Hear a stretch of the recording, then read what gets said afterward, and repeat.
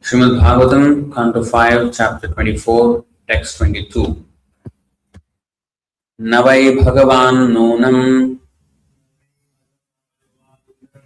Amushyanujagraha Yaduta Punar Atmanusmriti Moshanam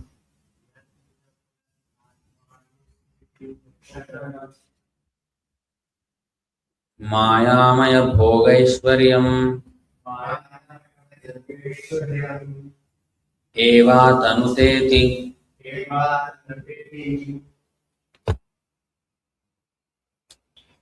No, not. Why? Indeed, Bhagavan, the Supreme Personality of Godhead, Nunam, certainly, Amushya, unto Bali Maharaj, Anujagraha,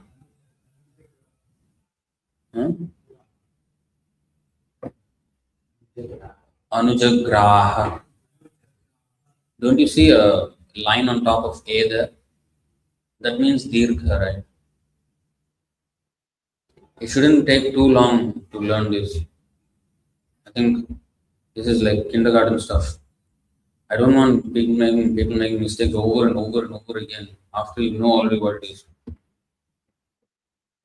Anujagraha, Yat, Uta, Uta, Uta, Punah, Atma Anusmriti, Moshanam, Maya Maya, Bhoga Aishwaryam, Eva, Atanuta, Iti.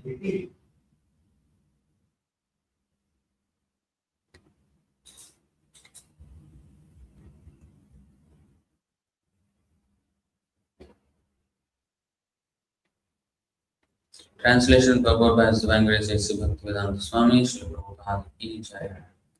Translation: The Supreme Personality of Godhead did not award His mercy to Bali Maharaj by giving him material happiness and opulence, for these make one forget loving service to the Lord.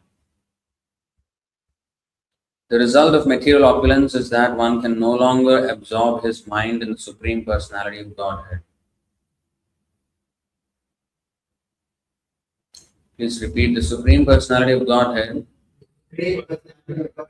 did not award His mercy to Bali Maharaj by giving him material happiness and opulence, for these make one forget loving service to the Lord.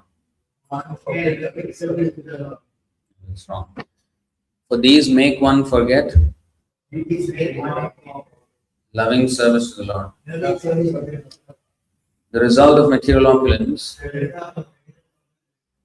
is that one can no longer absorb his mind in the Supreme Personality of Godhead.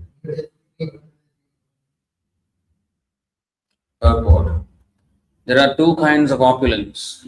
One which results from one's karma is material, whereas the other is spiritual. A surrendered soul who fully depends upon the Supreme Personality of Godhead does not want material opulence for sense gratification.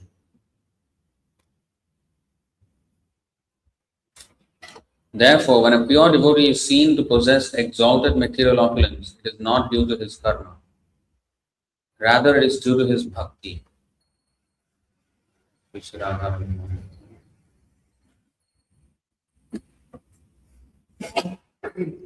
In other words, he is in that position because the Supreme Lord wants him to execute service to him very easily and opulently. The other things are not important. I'll repeat the line again because it was not heard. In other words, he is in that position because... In what position?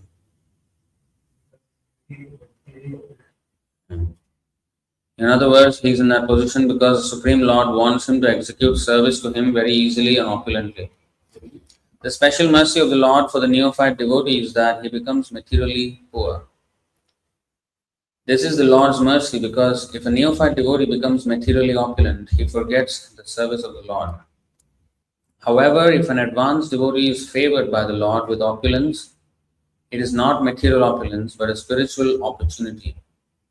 Material opulence offered to the demigods causes forgetfulness of the Lord. But opulence was given to Bali Maharaj for continuing service to the Lord, which was free from any touch of Maya.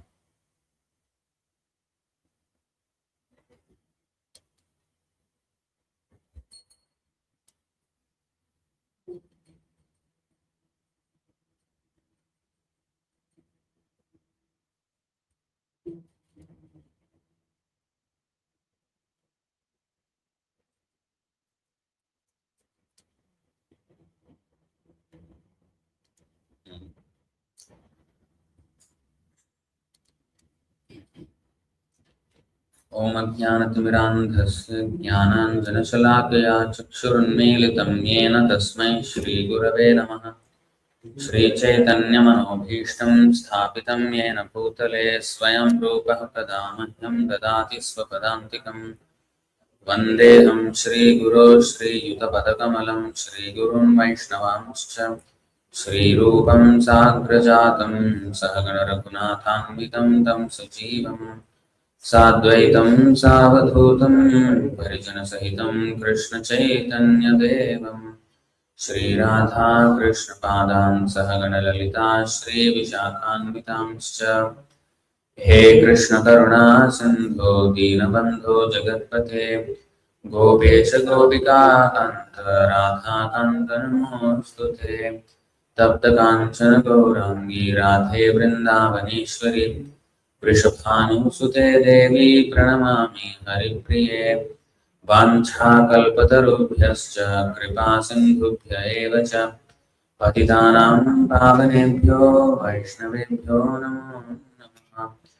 नमो विष्णुपादाय कृष्णप्रेष्ठाय भूतले श्रीमते भक्तिवेदान्त स्वामिन्निति नामिने। नमस्ते सारस्वते देवे गौरवाणी प्रचारिणे निर्विशेष शून्यवादी पाश्चात्यदेशतारिणे। जय श्री कृष्ण चैतन्य प्रभु नित्यानंद श्री अद्वैत गदाधर श्रीवासादि गौर भक्तवृंद। हरे Krishna Krishna Krishna Hare Hare Hare Ram Ram Ram Hare Hare.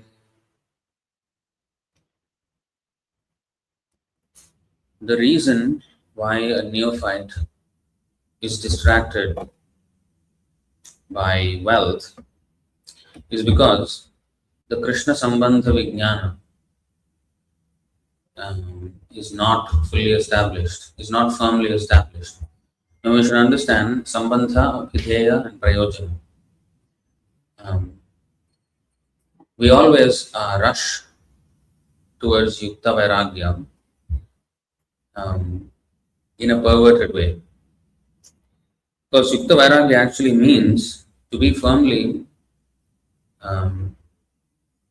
cognizant of one's relationship with everything,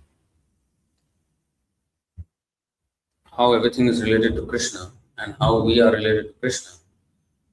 And therefore, nothing is ours but everything is Krishna's. It's not that we have to wait for such full realization and then start Abhideya. As we understand a little bit, we have a little bit faith, and then we engage in devotional service, then it will help us understand more. So the Sambandha and Abhideya go on helping each other. So when we hear about Krishna, revealed knowledge, Shravanam, then it inspires us to serve Krishna. And when we serve Krishna, then we are blessed with higher realizations, deeper realizations of what we theoretically understand. Then when we read again, because pranipatena, pariprashnena and sevaya, these three things must be going on simultaneously. So each will help the other. And in this way we will grow in our sambandha jnana and in our abhidheya. What is abhidheya?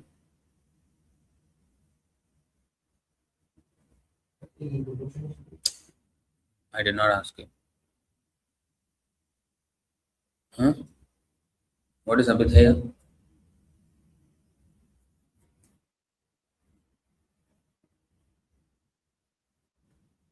Have you heard this word before?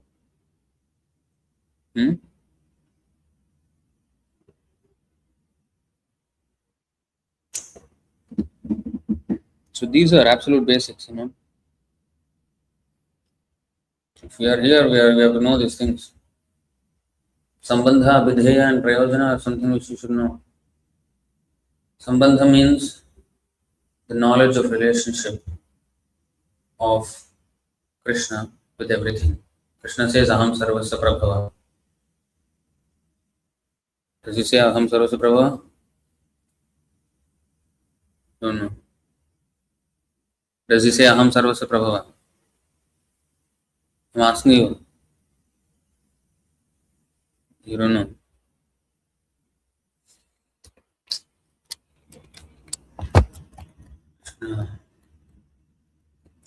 We want to talk about bigger topics, but every time these kind of building blocks, ABCD, if not known, then how we going to discuss anything further? How can we discuss any further subject? Aham sarvasya prabhava. That means I am the source of generation for everything. Matta sarvam pravartate. I am the source of all spiritual and material worlds. Everything emanates from me. Emanates means, again, I think many people don't know what emanates. Everything comes forth from me. Everything is born from me. Everything issues forth from me. Created by me. How many synonyms you want to find out? So, when you know this perfectly, then you see the wise who know perfectly know this engage in my devotion. So, if sambandha is established firmly, then abhidheya will be happening uninterrupted. So this verse is actually about sambandha and abhidheya, how sambandha leads to abhidheya. That's why if you see Chaturshloki Bhagavad Gita, Chaturshloki Bhagavatam, sambandha, abhidheya and prayojana are there in that fully.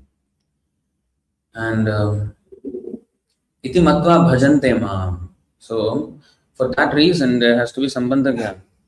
So the wealth, if a neophyte has wealth, and if a sambandha jnana is not very strong, then he will think that the sambandha of the wealth is with him.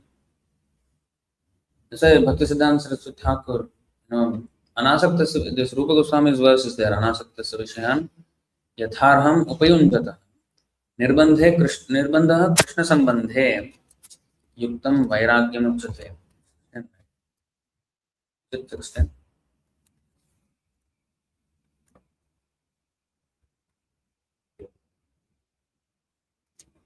16 purport.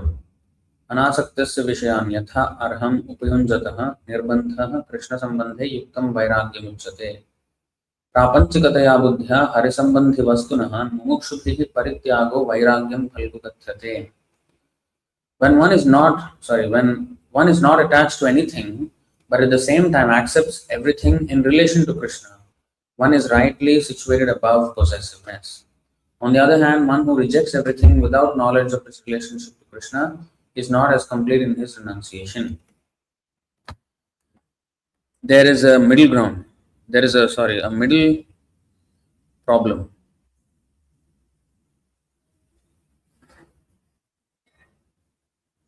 Which is, you see here in these two verses, what is explained is that if one is not attached to anything personally, but knows that everything belongs to Krishna and accepts it in his service, he is of the right renunciation. And one who rejects everything without knowledge of his relationship to Krishna is not as complete in his renunciation. But there is another thing that happens, which is without knowledge of its relationship to Krishna, he will not renounce, but he will accept everything for his own sense gratification. That person also does not understand the knowledge of it, everything, and the relationship of everything with Krishna.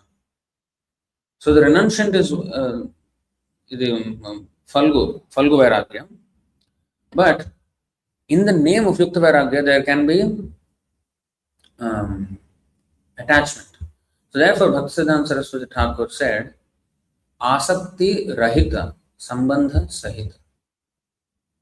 Asakti Rahita Sambandha Sahita. So Asakti and Sambandha. Asakti means my own attraction. Without my own attraction, that should not be there. But Sambandha Sahita. So if we do not understand the relationship of everything with Krishna, we can either become karmi or jnani. We can become a sense enjoyer or renouncer. Both are without relationship to without knowledge of relationship to Krishna. Sambandha jnana is lacking, both for the sense enjoyer and the renouncer. Prabhupada gave a simple example of the wallet which falls on the street. Then the third class person takes the wallet and keeps and uses whatever it is. Second class person sees the wallet, it is not mine, so he does not keep. He just leaves it there.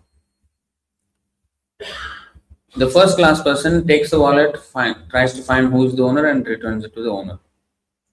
So the first class person, the third example, he is the first class person because Asakti Rahita Sambandha Sahita. Whereas the first person is Asakti Sahita.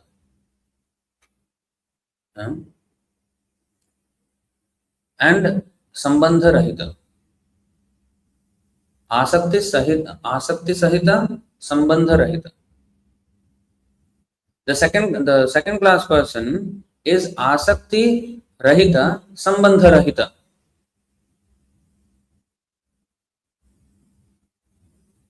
But the first class person is Asakti Sahita, Asakti Rahita, Sambandha Sahita.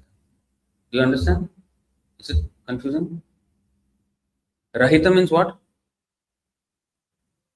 That's the problem.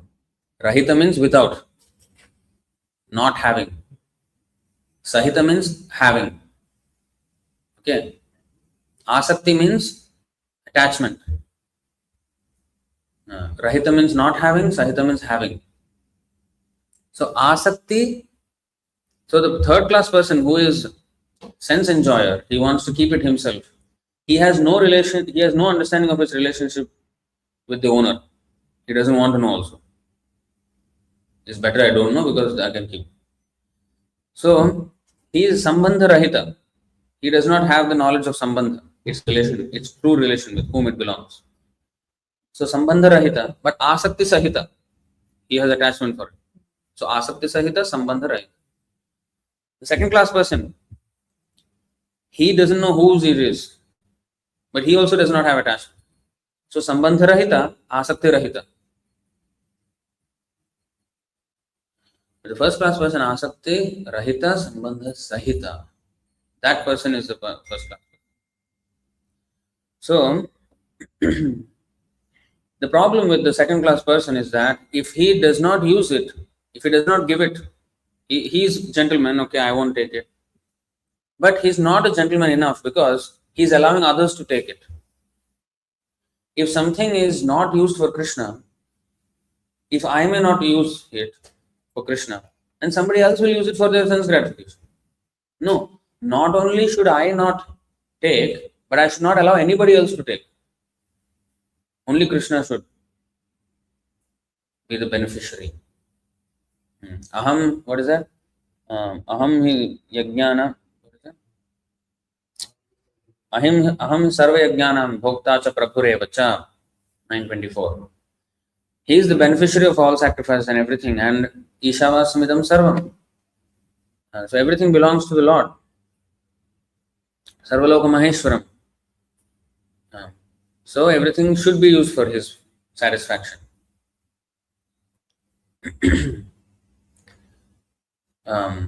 So the person, the neophyte, who gets wealth, he thinks that is the fruit of devotion. That is why these few verses are actually reiterating the point that the wealth that Bali Maharaj was given after his surrender was not a result of his charity to Krishna, because that is not the result of charity to Krishna. People think, oh, Bali Maharaj gave so much to Krishna and therefore he got so much. That is not the case. Although it is said in the 2.3.17 purport that one who gives to the charity, different charity, and one who give to a devotee, then it multiplied many times. What does that actually mean? What does that actually mean? It's not that you will get a lot of wealth to enjoy in this world. When you give it to the devotee, what will happen is you are serving Krishna. So Krishna, when you serve him, he will want to take you back to himself. You will get Bhagavan, who is owner of all riches. Yes, there is some material piety in a material pious activity.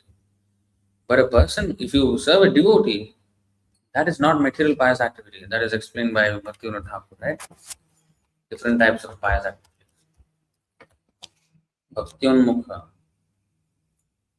Is it this one? Kṣayonmukha. Samsara Kṣayonmukha hoy. Kono bhagya karo samsara Kṣayonmukha hoy. Sadhu sange tabe Krishna rati upajoy.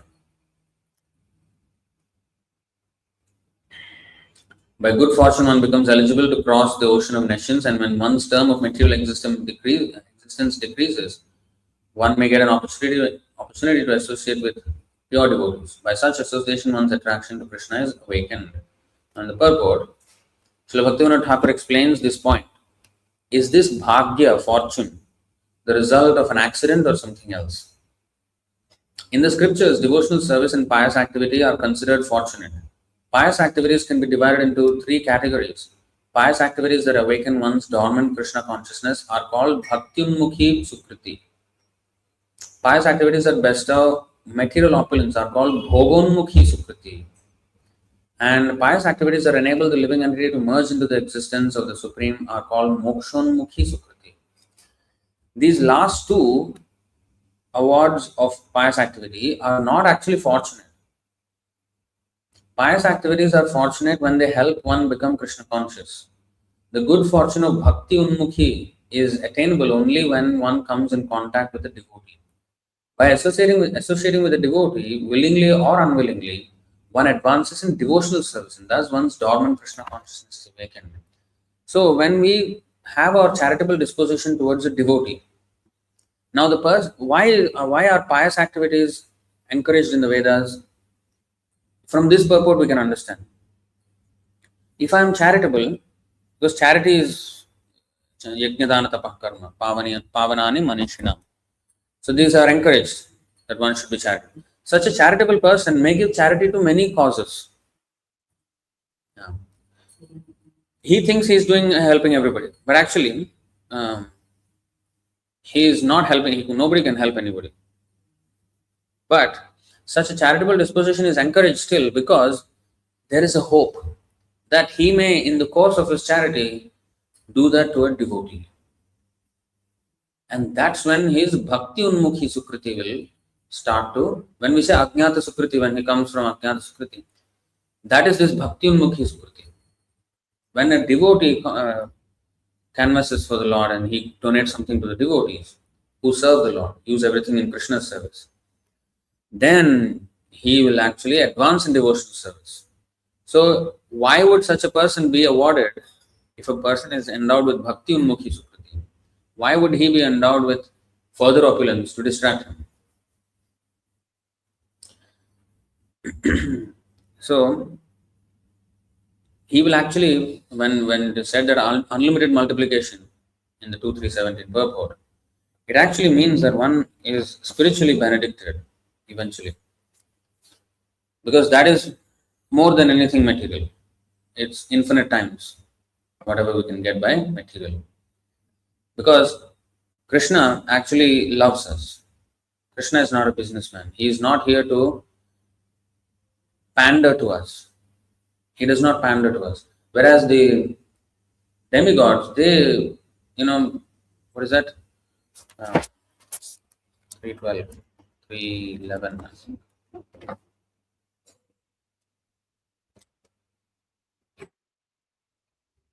देवान् भावयतानेन ते देवा भावयन्तु वः परस्परं भावयन्तः श्रेयः परमवाप्स्यथ.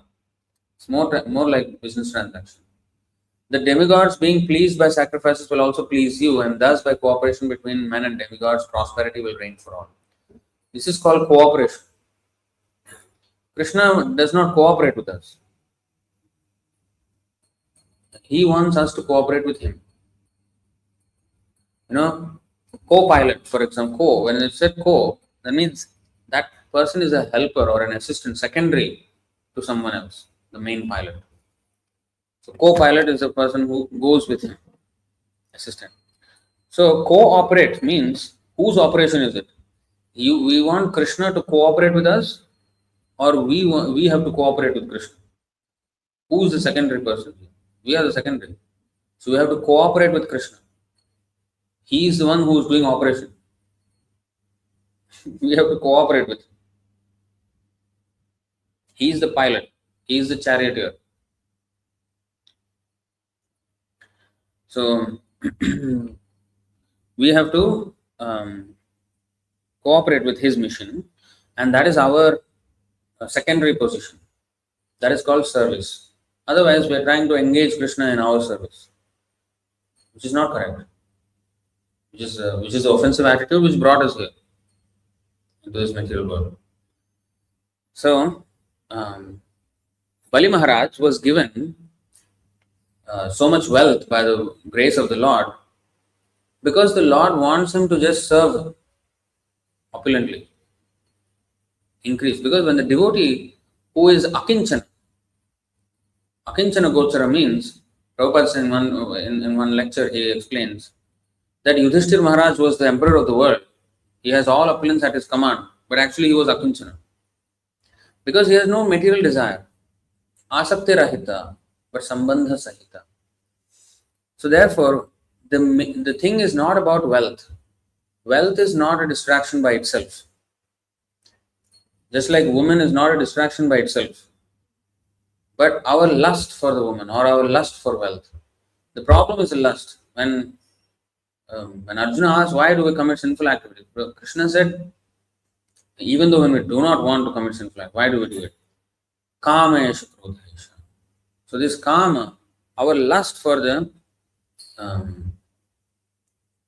matter, that is the problem. When we want to enjoy. And Sudama says it very nicely.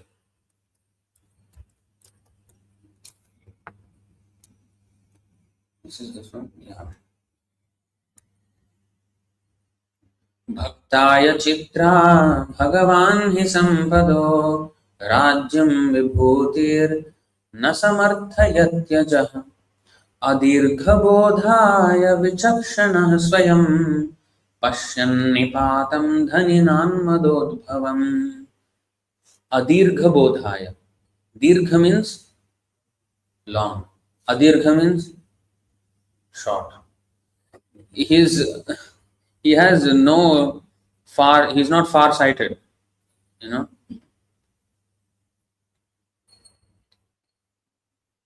short understanding, whose understanding is short, you see. Not. To a devotee who lacks spiritual insight, who cannot see far, who cannot see the ultimate goal, who is distracted. What is a short-sightedness or short adirgha bodhaya means? This journey to Krishna is a dirgha. I mean, it's a long journey.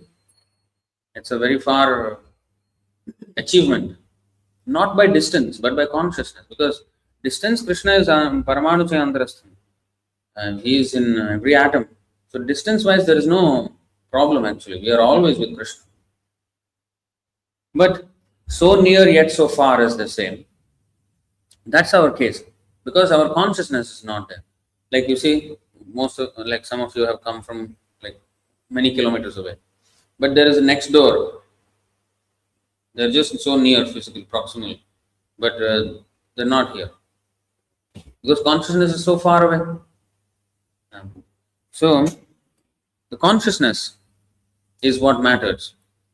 And Adirgha Bodhaya means he's not ready or he wants to go to Krishna, but he is distracted by short things, the glitter of this, glamour and glitter of this world. So such a person is a devotee who lacks spiritual insight. The Supreme Lord will not grant the wonderful opulences of this world, like kingly power and material assets. Indeed, in his infinite wisdom, the unborn Lord well knows how the intoxication of pride can cause the downfall of the wealthy.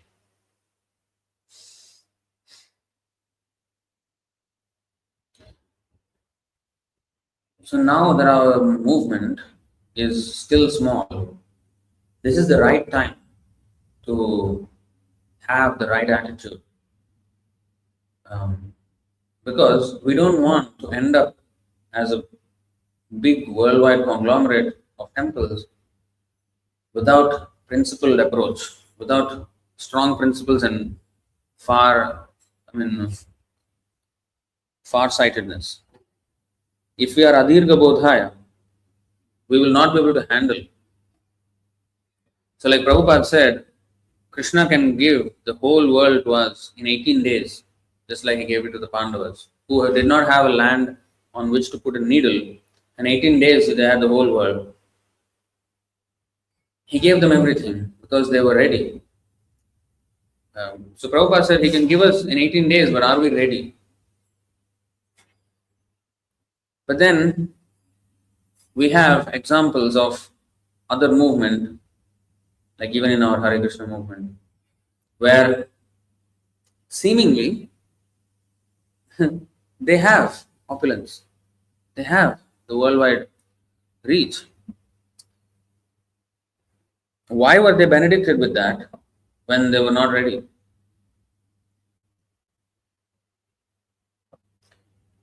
Because the Lord is in his infinite wisdom, he knows how the intoxication of pride can cause the downfall of the wealthy.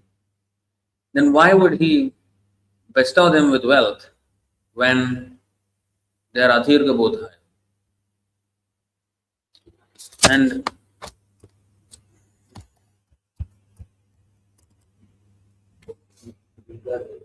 yeah. So Durga Devi, the wealth, such wealth, when not used in Krishna's service, is not Lakshmi. It is Maya Lakshmi, Maya Sita, Durga. So we think that Lakshmi and Durga are two different personalities. Yes, there are two different personalities, but the the shift is so subtle. The same wealth is Lakshmi if it is used in Krishna, but the same note, like say for example $50, just now somebody gave money for temple. So that same note, if I use it for something for my personal thing, it is now Durga. Whereas when I use to Krishna, it is Lakshmi. Same thing. So usually if two people means it is this person and that is person, that person. Or this note is Lakshmi, that note is Durga. No. Same thing becomes this or that. So the shift is so subtle. And therefore it is very important for us to always notice this and keep it in mind all the time, especially when we are small, so that when we grow big, we don't become filled with scandals.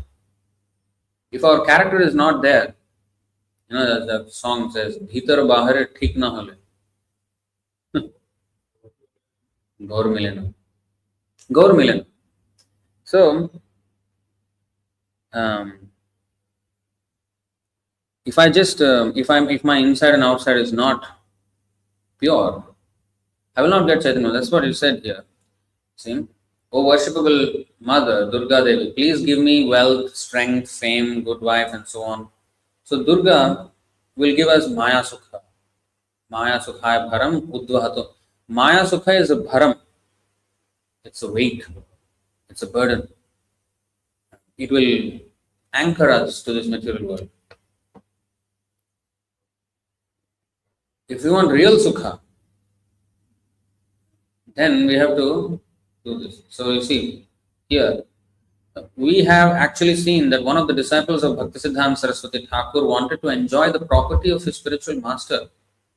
And the spiritual master, being merciful toward him, gave him the temporary property. But is that real mercy? Was he really merciful to him? Thing is, the spiritual master always wants to be merciful. But when we are so hell-bent in enjoying this material world, then since we are bent, hell-bent, so he will take us to hell. Sadhushu prahartum, what is that? Back there. 9:4:69. Sadhushu prahitam tejah prahartuhu kurute shivam. Very important. One's so-called prowess, when employed against the devotee, certainly harms him who employs it. Thus, it is the subject, not the object, who is harmed. So, if we try to become Guru Bhogi, that's why there are 4 kinds of disciples. Prabhupada said in his poem, in the Vyasapuja poem, he said there are 4 kinds of disciples. There is the Guru Bhogi, the Guru Tyagi, the Guru Drohi, and the Guru Sevi. 4 types of disciples. Actually, only the Guru Sevi is the real disciple. Guru Bhogi means one who wants to enjoy the property of spiritual master.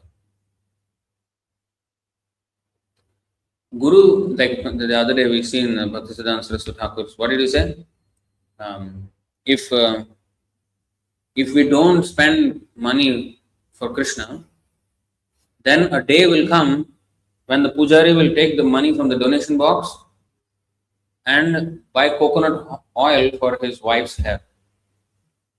How strong statement. But this will happen. It will become unruly. So in one way it is a blessing that we are still small, as I asked him. We have to work on our principles. We should scale without compromise.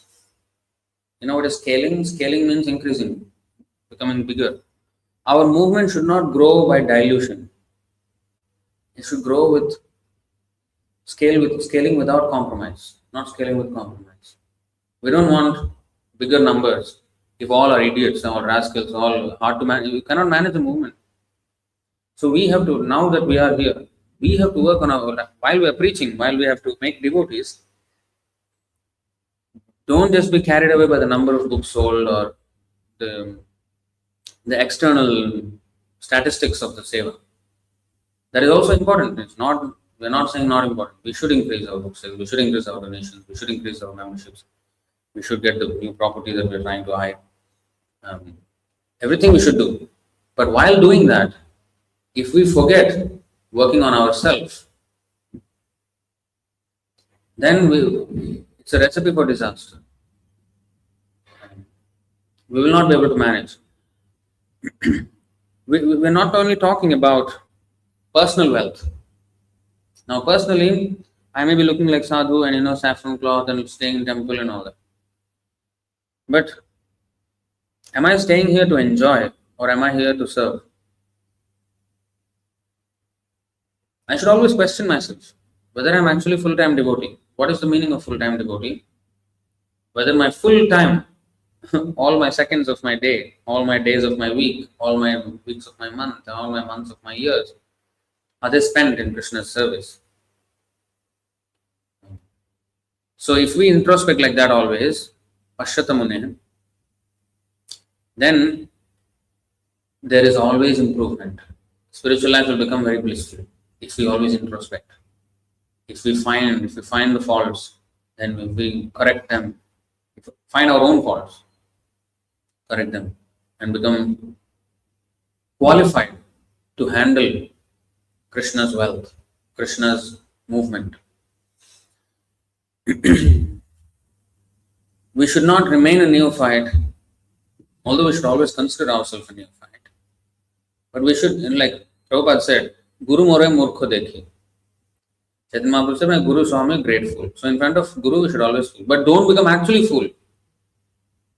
Then you are bringing disrepute to the Guru.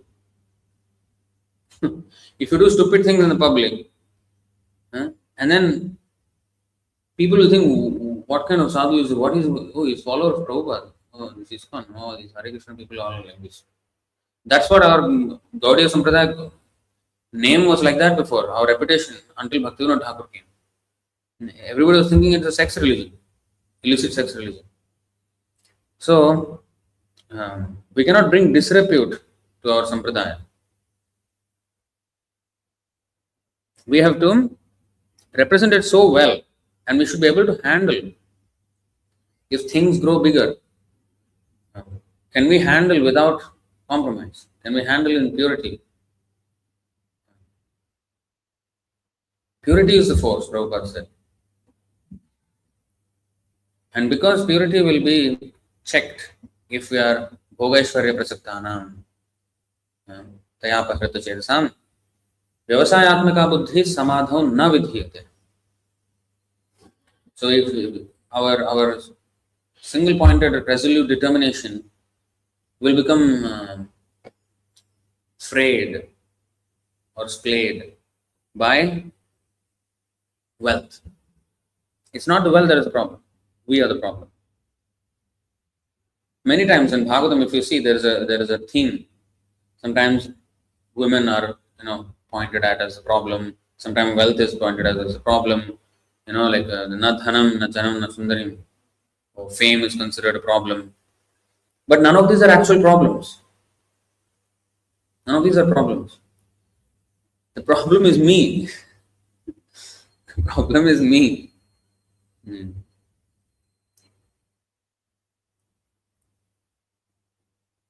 Because if I am a sense enjoyer, if I want to enjoy, then I cannot use it in Krishna service because I want to enjoy it. So, and I will be distracted. So in that way, every one of us must focus on our own growth. It's easy to point out other people's faults, but it is not very easy to point out our own fault. We should not even wait for people to chastise us. We should welcome chastisement because, I could not see my fault and you showed me my fault and that is good for me. So that is always good. But how long will I stay like that I am unable to see my own faults?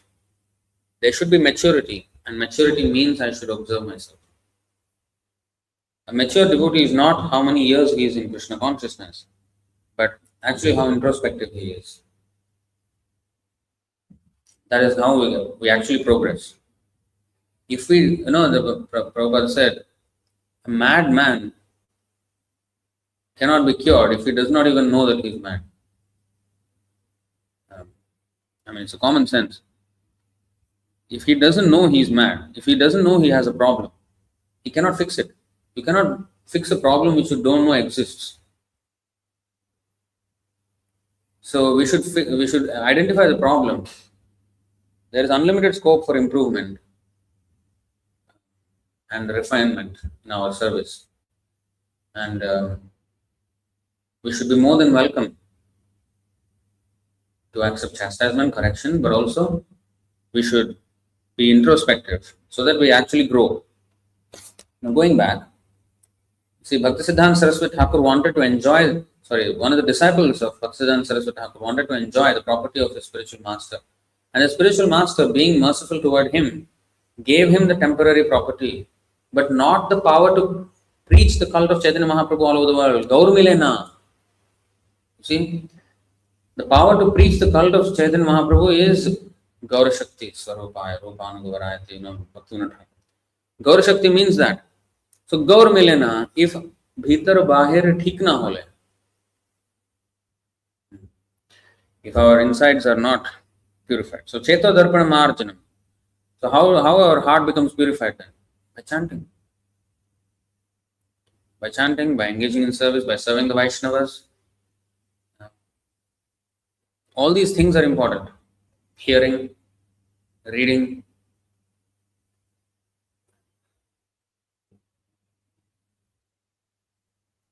So if we neglect, then how are we going to advance? So we should not be PPMA. You know what is PPMA? Physically present, mentally absent. Physically present. Yes, I was there for the class, but did not hear anything. Or I'm doing service, but I'm not attending. So all that is, Krishna said the opposite, in fact. Not opposite, but Mayarpita Manobuddhi. That we have to invest our mind and intelligence in what we're doing, knowing well that we are doing it for Krishna. Then we'll become automatically attentive in our service. We will become detail oriented. Everything should be done nicely. There should be no how to say, overlooking of any facts, overlooking of any details. Everything should be done. So that is called daksha, expert. Expert means that is very attentive in his service. So all that starts with being our. That's why actually, if you see, Bhaktivinoda Thakur wrote a book, Harinam Chintamani, because he had a theme. You know, when in his writings, he had a theme in his writings. The terms which are actually pregnant words, heavily pregnant words, which are loosely used in our movement. And then he goes and peel it for us, so that all the layers he peels it for us, and so that we can really understand the essence of what those words are. Like Sharanagati, surrender to Krishna. It's a very pregnant word. It's pregnant with a lot of depth. But all that depth he brought out in the form of his book called Sharanagati, in which he wrote so many songs. And all the 6 aspects of the surrender, he went and wrote songs on each of these aspects, 6 aspects. So the whole book of Sharanagati is teaching us what surrender means, how our mood should be, what is actually surrender, how to act, how to think. Similarly, when we say Nama Chintamani Krishna, so the Harinam is actually a Chintamani, touchstone. We quote that verse, okay, it's like a touchstone, but what does it mean, touchstone? So he wrote a book. So this is his theme. He actually deep dives into these things. Like Shikshashtaka, he wrote a whole explanation. Bhajan Rahasya, if you see, and the offenses. Actually, Harinam Chintamani has all these things. So Harinam Chintamani, and in that he says, we say our 10 offenses, right? You know what is the 10th offense? To not have complete faith in the chanting and to maintain material attachments, despite understanding so many instructions. Then we say it is also an offense to be inattentive while chanting. Like it's the corollary, like supplementary, auxiliary offense. But Bhaktivinoda Thakur says the mother of offenses is the inattentiveness. All the other 10 offenses happen because of the inattentiveness. Pramada, apit pramada. The actual Padma Puran verse, the Sanskrit, if you see, actually the 10 offenses are verses. Do you know first of all? The 10 offenses are actually shlokas. Do you know? Padma Puran, 4 shlokas.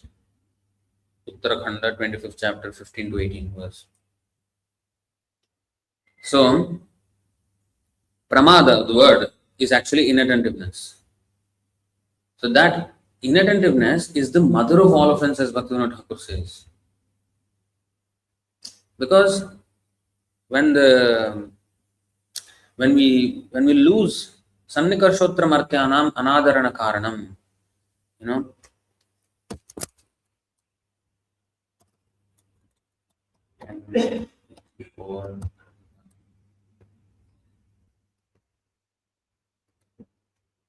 in this world, familiarity breeds contempt. For example, one who lives on the banks of the Ganga might travel to some other body of water to be purified. He does not take the Ganga at his backyard seriously. Oh, it's my backyard only, so it's not. I should go to some other place. So familiarity breeds contempt. And the word here is anadarana. Adara. Adara means what? Adar. Respected. Right? Anybody who knows Hindi will know. I think all Indian languages maybe. Anadarana means a lack of respect. It becomes a source of disrespect, contempt, disregard. So when we disregard, then all the problems start. We stop paying notice. We stop being attentive. And that will creep into every facet of our devotional life. We will not be attentive to anything. Nothing will work properly. And most importantly, we don't pay attention to our own misgivings, our own problems. We don't see, we don't introspect. Nothing we are attentive about. We become inattentive about everything in devotional life. So in whatever we do, that's why deity worship, when we are doing deity worship, we have to pay a lot of attention, because how we are putting everything, we have to we can't think of something else. We can, the mind can still go. Our monkey mind is expert. Our monkey-like mind is expert at going other places. But it's much difficult when we're doing deity worship, especially when we're addressing the deities. We have to we have to be on time. We have to be, doing all the things. Okay, this will be good. That ornament will be good. This cloth, this flower here. So we're thinking. There's more attentiveness. But when we chant, we become inattentive. Not as attentive as when we're in deity worship. And that's why deity worship is so important, because we learn attentiveness. But when we chant, the holy name is actually our deity. And I'm saying all this not because I am very attentive chanter. No, I'm saying this to preach to myself, honestly. Because I want myself to improve. I don't like the stage I'm at. So I'm saying this to purify myself. And so the holy name is a deity. Just as much as we are attentive, so we have to pay attention to every single syllable that we chant and pray to the Lord. And that's why the Sharanagati, the mood in which the Hare Krishna mantra should be chanted, are the songs that are written by the Vaishnava Acharya. That's why I say, when we are chanting the Vaishnava songs, please sit down. Don't miss the Vaishnava song part of the Bhagavatam class. Why? It is not musical entertainment. Music is the least important part of that Vaishnava bhajan. The most important part is the lyrics and the understanding of it. The music is only a delivery mechanism, to deliver to us, because it is said, Vedaha Purana Kavyam cha Prabhur Mitram Priyevacha Bodhayanti Tihi Prahus Trivrid Bhagavata Puna. What is that? The Bhagavatam. So the Vedas, they instruct like the master instructing the disciple. We should do like this, like this, like this. Order like instructions. Where the Puranas, they instruct like a friend. How if you want to instruct your friend, you cannot order him. But you can tell him, hey, this story, I know this story, this person, he did this and he got this. So he wants to convey it in a way that is not so, condescending or like up-down relationship. It's like side-by-side relationship. You and me are friends, and I want to instruct you, but I can't do it in a master-servant way, master-disciple way, but I want to tell something to you. So I will bring another allegorical story or, this or that, or some other incident, so that the person gets the message. Like Prabhupada said, teach the daughter-in-law by teaching the daughter. So as to not be too offensive or too direct. So as Puranas do that, it is filled with stories, and we can glean so many lessons from there, and those stories are not for remembering trivia. Do you know what the sister, the name of the sister of Prahalad? That kind of thing. Now, of course, I don't know whether you have a sister. I don't think she has. I'm just saying anything I'm throwing. Those details are okay, good.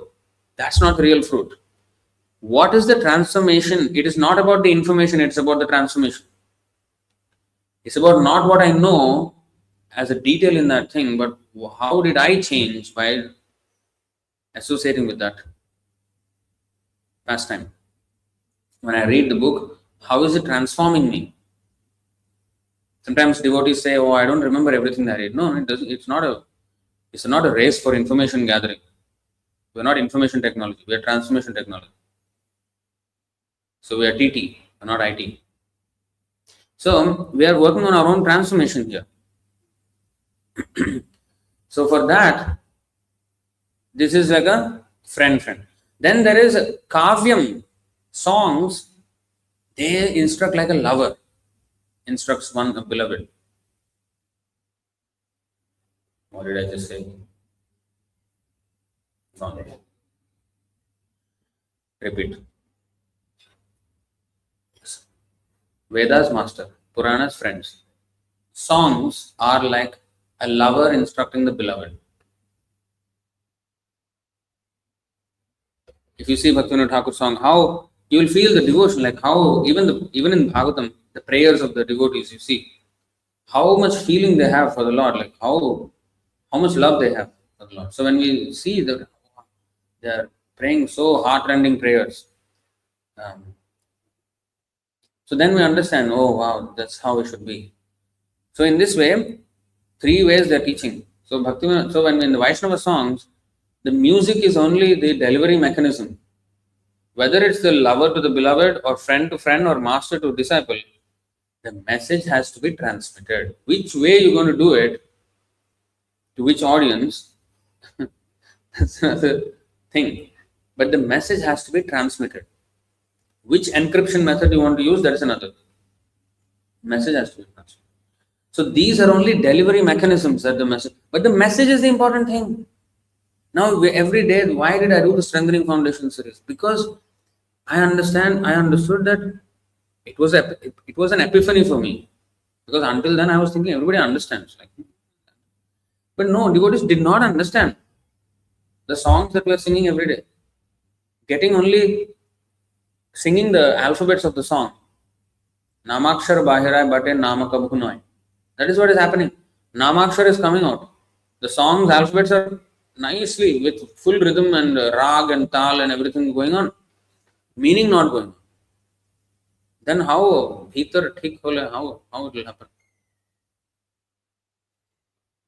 It's supposed to be for our, all this what is, why do I say we should understand the meaning? Because then it will do that job which it should do, that's Shastra, transformation.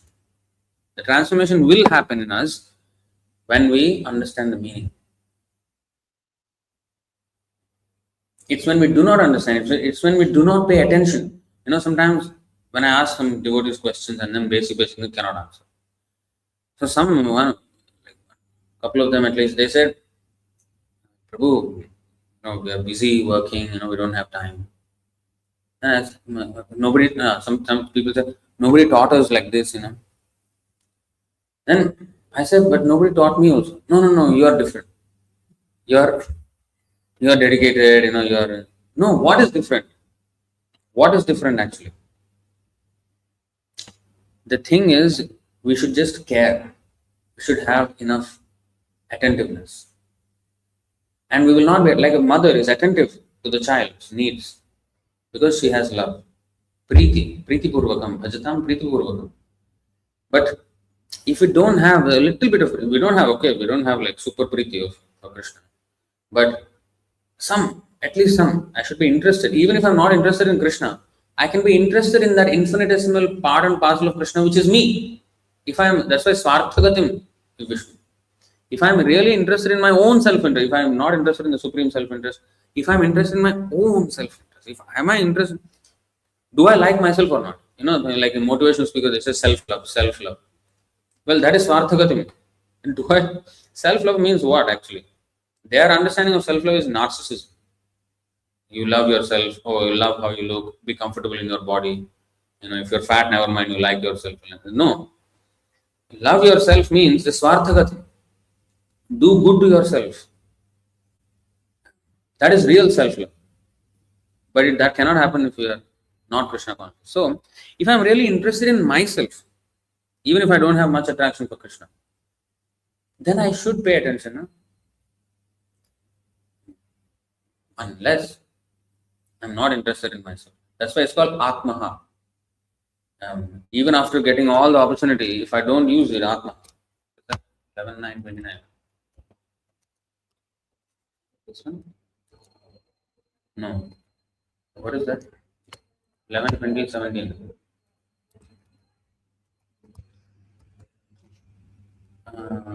Yeah, Atmaha. See?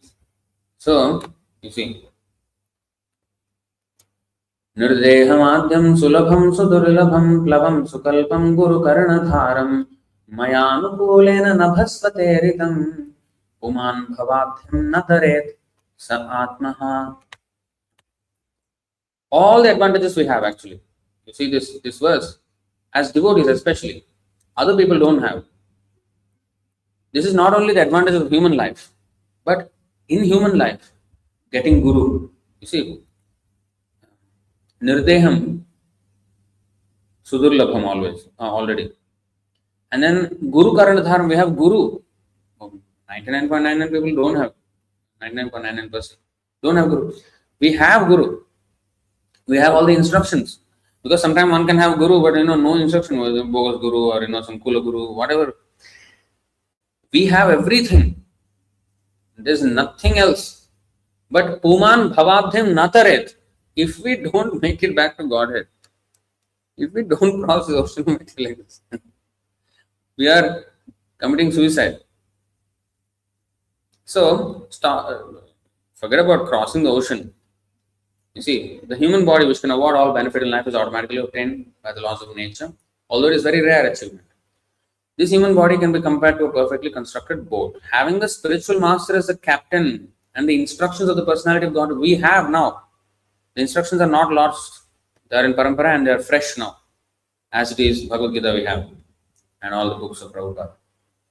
So, they are the favorable winds impelling. Not only we have captain, not only we have boat, we have wind also. Everything. There's all circumstances are favorable. Considering all these advantages, a human being who does not utilize his human life to cross the ocean of material existence must be considered the killer of his. So, forget about crossing the ocean.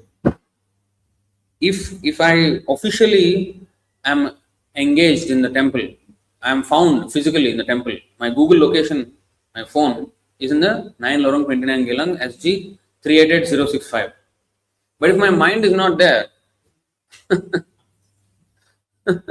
if my mind is, that is what it means. If only I know the meaning, say for example, samsara davana. Okay, I'm always stressing on that. Why? Because we don't know the meaning, we don't care. Because we don't know the meaning of Guru Vandana, we don't care. Savadhana Mate we are saying. What for we are saying? What for are we saying Savadhana Mate?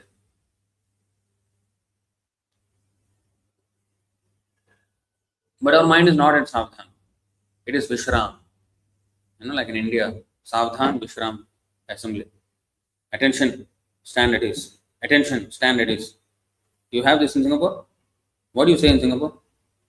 No, in Malay you say, right? You have a Malay word for it. Sedia. Sedia means? Attention. And then the... Yeah. So in India, we use Hindi words. Savdhan, Vishram. So Vishram means at ease. A little bit not so attention. So when we say Savadhana Mate, but our mind is Vishram Mate, then how? That's the precise reason why Prabhupada put it as a daily function for us to do these things. When we say that 588 purport, that morning program and all these things you have to do, don't think that just by physically coming and not investing our mind we can be advancing. Not going to happen. Not going to happen at all. Yeah? We should be very cautious in executing our spiritual duties by observing the rules and regulations and regularly chanting the Hare Krishna Maha Mantra. If we neglect doing this, we will eventually fall down. We must rise early in the morning, bathe, attend Mangalarti, worship the deities, chant the Hare Krishna mantra, study the Vedic literature. So I can be looking like I am doing all these things. I can make myself look like I am doing all this. Oh, I am rising early, attending Mangalarti, worshipping deities, chanting Hare Krishna. I can be found with a bead bag. I can be found inside the altar. I can be found inside in the classroom, hearing Bhagavatam class. I can be found reading the book. I can be found doing some service. Yes, externally everything looking okay. But if I'm not paying attention to what I'm doing, especially when we hear, because once we hear properly, it will percolate into every aspect of our service. Because then, whatever, like you see, we think sweeping temple room is small service. But Chaitanya Mahaprabhu brought such huge philosophy about cleaning the temple, right? Huge philosophy about cleaning temple. So actually everything is filled with philosophy. Every service is filled with a lot of philosophy. But we don't see it. We cannot see it if we actually don't hear it. When we hear it, not only Mandir Marjan, but everything that we do, it can be connected deeply with our philosophy. Like you see, the other day we gave fundraising example. One seminar, Bhaktisiddhanta Saraswati Thakur's lessons. You see how deeply he's thinking about fundraising. How he's using fundraising for Krishna as a purificatory exercise. It is always about self-purification. It is not that my sadhana, my chanting is for self-purification. When I do outside, that is for others' purification. No. We are not this Paramahamsa who descended to Parivrajaka Acharya and now delivering the world. We are neophytes pretending to be Parivrajaka Acharyas, but actually for our own benefit, not for the benefit of the world. We are here, we are preaching to, that's why Bhaktisiddhanta Saraswati Thakur, what did he say? When you go out and go door to door and meet people, your understanding will be checked, your understanding, your philosophy will be examined, your Hari Bhajan will be examined. You will be tested. It is a test for us, not a benediction from them. Of course, it will be benediction for them because by the mercy of Prabhupada, we are not the deliverers for them. We are trying to save ourselves by going to them, by executing the order of the spiritual master. So this has to be very nicely understood. So every exercise, seva and our sadhana, everything has to be a self-purificatory exercise. You see?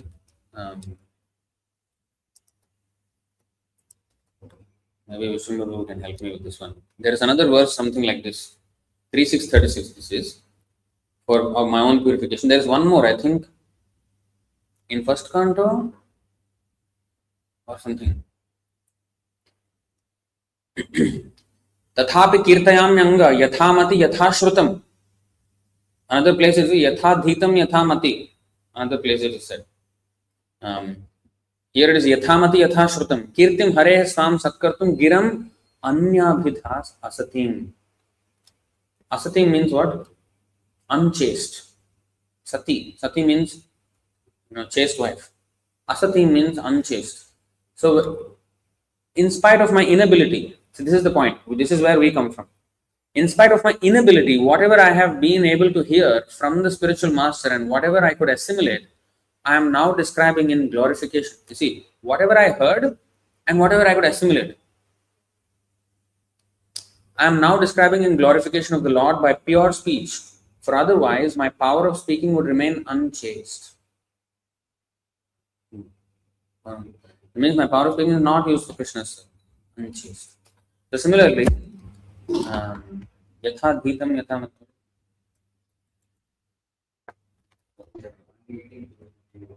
That is the bird's sky. Yeah, that is also. 1344. Tatra kirtayato viprarshir bhuritejasa aham chadhyagamam tatra nivishtastat anugrahat soham vaha shravayishyami yathadhitam yathamati. Shravayishyami is a very nice word. To make others hear. Shravana means myself hearing. Shravayishyami means I will make others hear. That means I will chant. You see, shall let you hear, Shravayishyami. Yathadhitam yathamati. O learned Brahmanas, when Shukadeva Goswami recited the Bhagavatam there in the presence of Emperor Parikshit, I heard him with rapt attention, and thus, by his mercy, I learned the Bhagavatam from that great and powerful sage. Now I shall try to make you hear the very same thing as I learned it from him and as I have realized it. And there is a beautiful concept to this, but I want to show you another similar thing in Adi 9.5. এই সব প্রসাদে লিখি চৈতন্য লীলা গুণ জানিবানা জানি করে আপনা শোধন. This is the other one. It is by the mercy of all these Vaishnavas and Gurus that I attempt to write about the pastimes and qualities of Lord Chaitanya Mahaprabhu. Whether I know it or not, it is for self-purification that I write this book. So you see, this is not him writing the Chaitanya Charitamrita is not part of his sadhana per se, not his daily Sankhya Purvaka Nama Gana Nati. But it is a service. But this is also self-purification. So when we are writing, we are not writing for showing off how many shlokas I know, how many nice words I know, or how best I can explain. No. It is just for my own purification. So I can preach to myself. That's why Bhaktisiddhanta Saraswati Thakur mentioned in that fundraising class, that chapter. What did he say? When you preach to others, correcting them and instructing them in Kṛṣṇa consciousness, you will also not do such mistakes and you will remain pure character, because when you're saying something, then you have to uphold it, because otherwise your saying will not have any power. So you are actually preaching to yourself, ensuring your own position in Kṛṣṇa consciousness, all that. So this is important. That's why we should preach. We should preach not to save others. We should preach to save ourselves.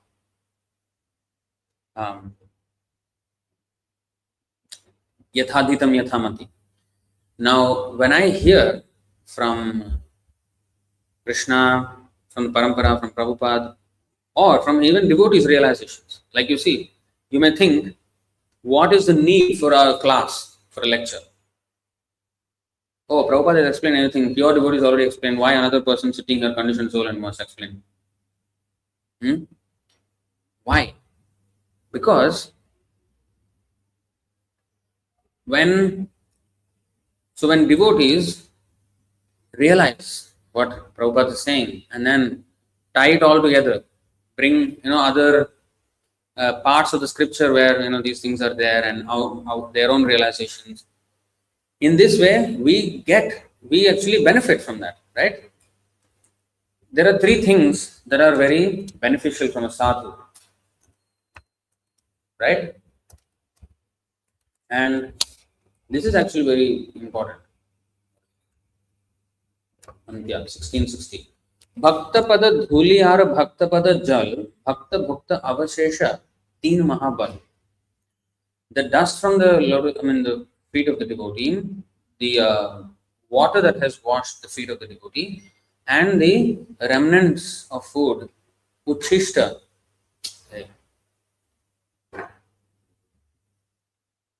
Repeat. Bhaktapada dhulyar, bhaktapada jal, bhakta bhukta avashesha teen maha.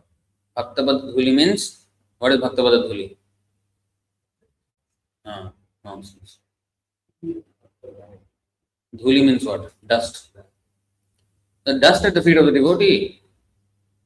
Bhaktapada jal, the water from the feet of the devotee, and avashesha, bhakta bhukta avashesha means the remnants of food. But this avashesha has another meaning.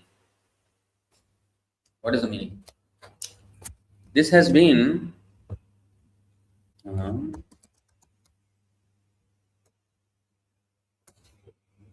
see here, Narad Muni is also saying uchishta lepan anumodito dushe, when they took the remnants of their food.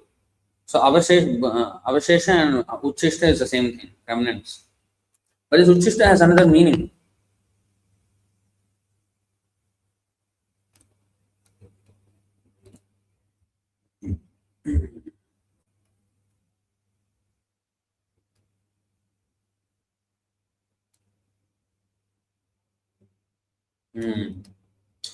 This one.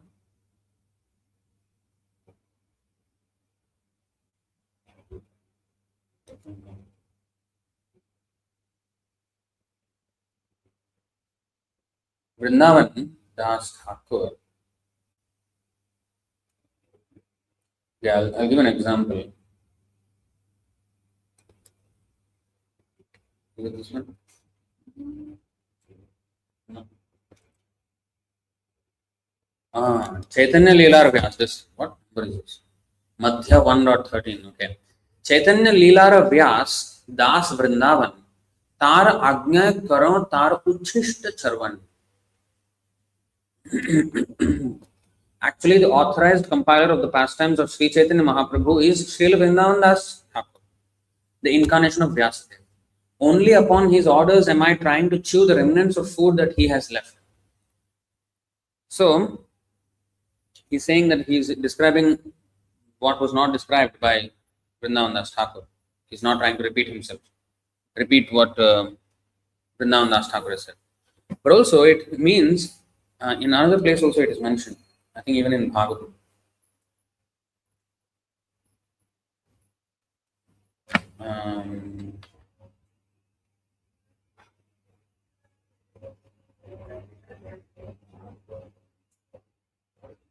Well,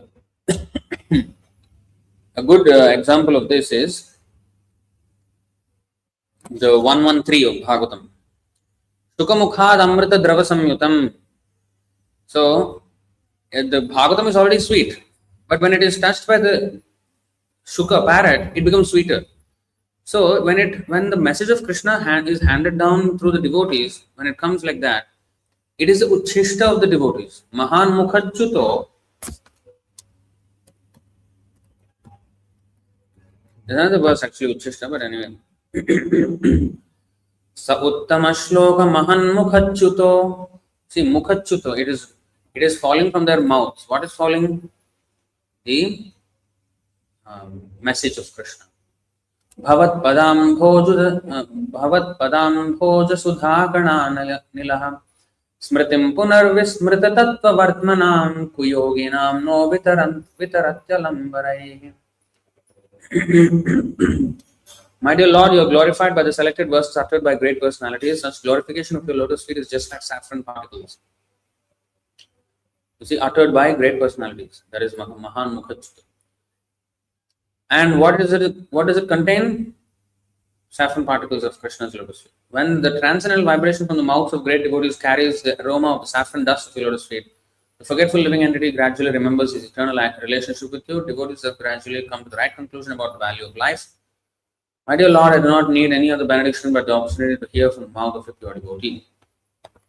So when we do this Uchishta Charvan, Bodhayanta Parasparam, it becomes enriching. And also the benefit is there that we can hear about topics from the books which we have not read, or we have read long time ago and we are reading something else and we've forgotten. Those things come back and have new realizations based on my yathadhitam, yathamati. So like that, we have to increase our standard of devotion. We should always advance. We should not stagnate. Jivan napi mrito hi saha, we should not become. Jivan napi mrito hi saha. Nehayat karma dharmaya na viragaya kalpata na tirthavada sevaya na jivan napi mrito hi saha. What is jivan napi mrito hi saha? I don't know. Dead body. Simply walking, but dead body. Anyone whose work is not meant to elevate him to religious life, anyone whose religious ritualistic performances do not raise him to renunciation, and anyone situated in renunciation that does not lead him to devotional service to the Supreme Personality of Godhead must be considered dead, although he is breathing. Similarly, even if we are doing devotional service, we don't advance. Devotional service means not that we have parampadam tatahana, we have reached the highest. No, multiple stages of devotion, right? Tamasic, Rajasic, Sattvic, Shuddha Sattvic, and all this. And Madhurya Kadambini, even 81 stages of devotional service because of mixture of modes. So, we have to advance. We cannot remain stagnant. Then we are dead in our devotional service. We cannot grow. We don't know inspiration. Navanavara Dhamani does not happen. Everything becomes Yatayanam, Gatarasam, right? Stale and tasteless. Then once we are always inspired like that, then yes, Krishna can give all wealth and we can handle. We don't want to be so called, oh, I'm neophyte. I want to show that I'm a pure devotee. I don't want wealth, otherwise I'll get intoxicated. No. Internally, we should think like that. Externally, we should always use all wealth, Krishna's service. So both must be there. The striking of balance, the tension should be very nicely maintained between both. None of them should become slack. Neither my sadhana should become slack in the name of preaching activities and doing all these things, and my sadhana and my internal purity is being compromised. No, I should not slack here. Nor in the name of keeping, oh, I want to keep myself pure and then not do service and slacken in service. None of them should slacken. Both of them should be held in tension. That is the healthy state of Krishna consciousness. Not that, oh, I'll discuss Shastra and I'll not do any service. No. Both should be maintained, because we cannot actually understand any service without Shastra, without study, without service. We cannot understand any Shastra. Jnanam paramaguhyam me savijnanam samanvitam tat sarahasyam tadangam cha. With devotional service, only we can understand Shastra. Okay, I'll stop here because we have a program. ग्रंथराज Shrimad Bhagavatam की जय, श्रील प्रभुपाद की जय।